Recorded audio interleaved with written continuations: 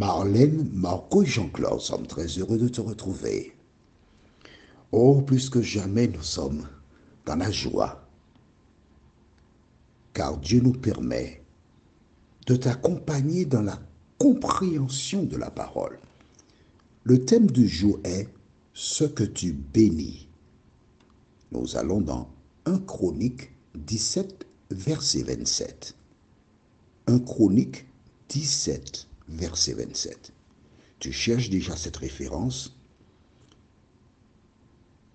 Ton cahier est déjà ouvert à la page. Tu as ta pointe. Et là maintenant, tu es comme une bouteille vide qui s'apprête à recevoir le liquide de l'Éternel des armées. Avant d'aborder ce sujet, ce que tu bénis, prions.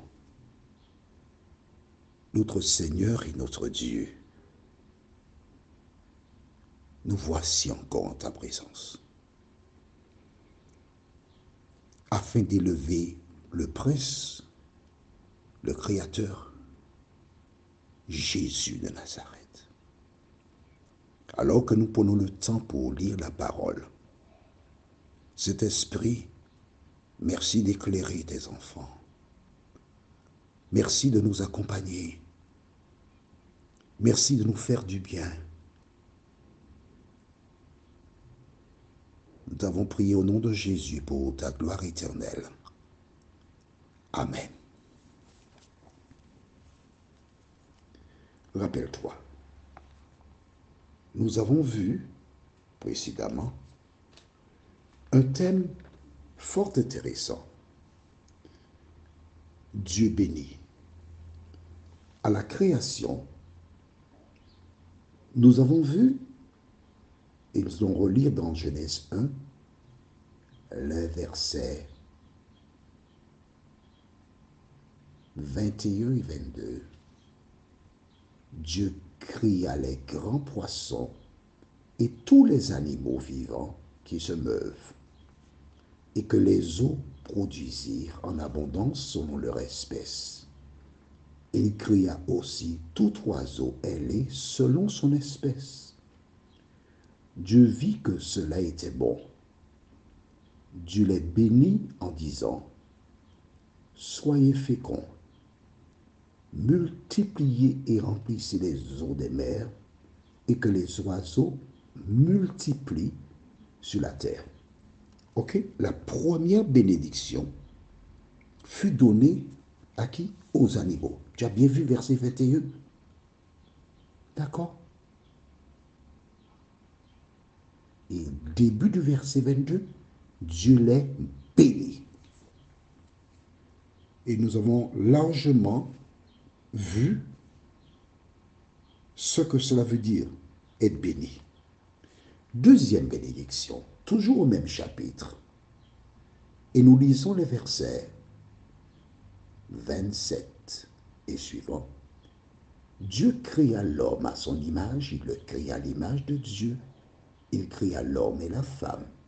Dieu les bénit. Les deuxièmes à être bénis, ce sont les humains. C'est-à-dire toi et moi, nous sommes bénis. Comment sommes-nous bénis? En ayant ce qu'il y a de plus magnifique, le libre arbitre. La liberté de choisir ou de rejeter Jésus. Dieu. Nous sommes bénis. La troisième bénédiction se trouve dans Genèse chapitre 2. Nous avons vu cela précédemment, versets 1 à 3. Ainsi furent achevés les cieux et la terre, et toute leur armée. Dieu acheva au septième jour son œuvre qu'il avait faite, et il se reposa au septième jour de toute son œuvre qu'il avait faite. Dieu bénit le septième jour. Les animaux sont bénis, les humains sont bénis, et le septième jour est béni. C'est le seul jour qui a été béni par Dieu. Est-ce que c'est clair pour toi? Dis-moi, Est-ce que c'est clair? Les animaux, les humains et le septième jour. Ce sont les trois bénédictions que l'Éternel a données à la création du monde. Il n'y a pas de question. Bon. Selon toi, c'est un exemple, hein, une question que je te pose. Les animaux, bon, que ce soit du cafard, la fourmi, la sauterelle, l'oiseau, etc., ce sont des animaux. Donc il n'y a pas de question. Il n'y a aucune question par rapport à ça. Les humains, qu'ils soient bébés, naissants, enfants, adolescents, jeunes, adultes, personnes âgées, ce sont des humains. Ils sont bénis. Par contre, nous connaissons les 7 jours de la semaine. On est d'accord? Mais si, tu es à l'école, même pas, tu es à l'université là. Il y a 7 jours de la semaine. Lequel qui est béni? Le 7e jour. Peux-tu, une question, changer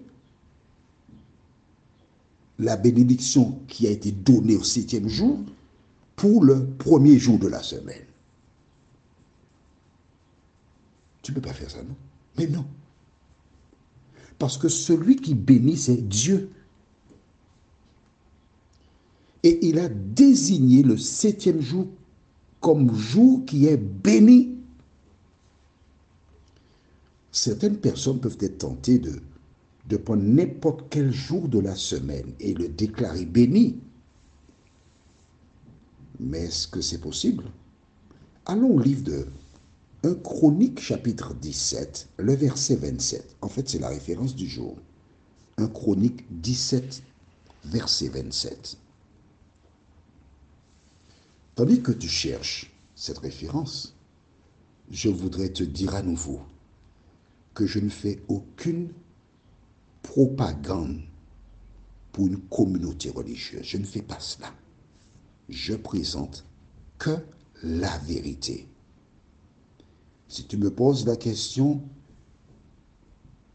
quel jour que j'adore Dieu, je te dirai que je l'adore tous les jours. Mais quel jour faut-il adorer? Je te dirai simplement, tu lis la Bible, tu demandes à Dieu ce que tu dois faire. Ne t'appuie pas sur le raisonnement d'un humain. Appuie-toi sur la Bible. C'est elle qui doit te convaincre ce que tu as à faire. Est-ce que c'est clair pour toi? Bien. Si c'est clair, lisons 1 Chronique 17, verset 27. La Bible déclare: Veuille donc bénir la maison de ton serviteur, afin qu'elle subsiste à toujours devant toi. Car ce que tu bénis au Éternel est béni pour l'éternité. Amen. Ce que tu bénis au Éternel est béni pour l'éternité. Qui s'adresse à Dieu là? C'est David. David qui implore l'Éternel, qui lui demande de bénir sa maison. Et à travers sa déclaration, il nous enseigne que lorsque Dieu bénit quelque chose, c'est pour l'éternité. En clair, les animaux sont bénis, c'est pour l'éternité. Les humains sont bénis, c'est pour l'éternité. Le 7e jour est béni, c'est encore pour l'éternité. Mais ce que nous venons de découvrir, avons-nous, parce que c'est David qui parle ici, et le profane ou celui qui s'approche de Dieu, qui a encore des questions, pose légitimement la question, oui, mais est-ce que Dieu dit la même chose que ce que David a dit ici? Allons au livre de Nombre chapitre 22.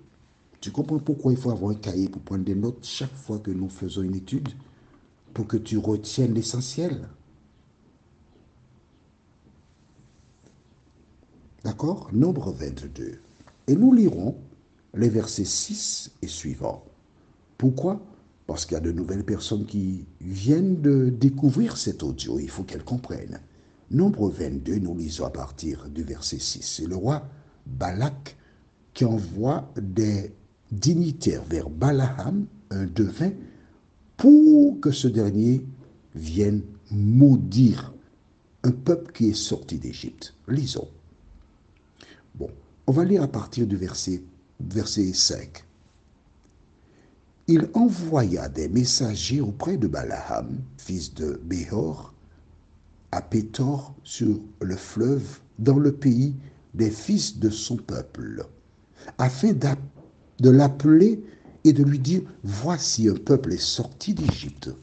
Il couvre la surface de la terre et il habite vis-à-vis de moi. Viens, je te prie, maudis-moi ce peuple, car il est plus puissant que moi. Peut-être ainsi pourrais-je le battre et le chasserai-je du pays, car je sais que celui que tu bénis est béni et que celui que tu maudis est maudit. Les anciens de Moab et les anciens de Madian partirent ayant avec eux des présents pour le devin. Ils arrivèrent auprès de Balaam et lui rapportèrent les paroles de Balak. Balaam leur dit, passez ici la nuit et je vous donnerai réponse d'après ce que l'Éternel me dira. Et les chefs de Moab restèrent chez Balaam. Dieu vint à Balaam et dit, qui sont ces hommes que tu as chez toi? Balaam répondit à Dieu, Balak, fils de Tsippor, roi de Moab, les a envoyés pour me dire, voici un peuple est sorti d'Égypte, et il couvre la surface de la terre. Viens donc, maudis-le. Peut-être ainsi pourrais-je le combattre et le chasserai-je. Dieu dit à Balaam, tu n'iras point avec eux, tu ne maudiras point ce peuple, car il est béni. On ne peut pas changer le cours de l'histoire. Le peuple est béni, on ne peut pas le maudire. C'est ce que dit la Bible. Prions. Notre Seigneur et notre Dieu, en vérité, si nous avons de la bonne volonté, en vérité, si nous t'aimons, si nous voulons progresser avec toi, nous trouvons toutes les réponses aux questions dans la Bible. Merci de continuer de nous éclairer. Cet esprit, merci de nous conduire encore et que nous puissions toujours te rechercher. Nous t'avons prié au nom de Jésus et pour ta gloire éternelle. Amen. Que l'Éternel continue de te bénir. Notre thème que nous verrons prochainement s'intitule « Ce que Dieu fait ». La référence se trouve dans Ecclésiaste 3, versets 14 et 15. Ecclésiaste chapitre 3, versets 14 et 15. Que l'Éternel t'inspire afin que tu notes dans le cahier l'essentiel. Il me tarde de te retrouver.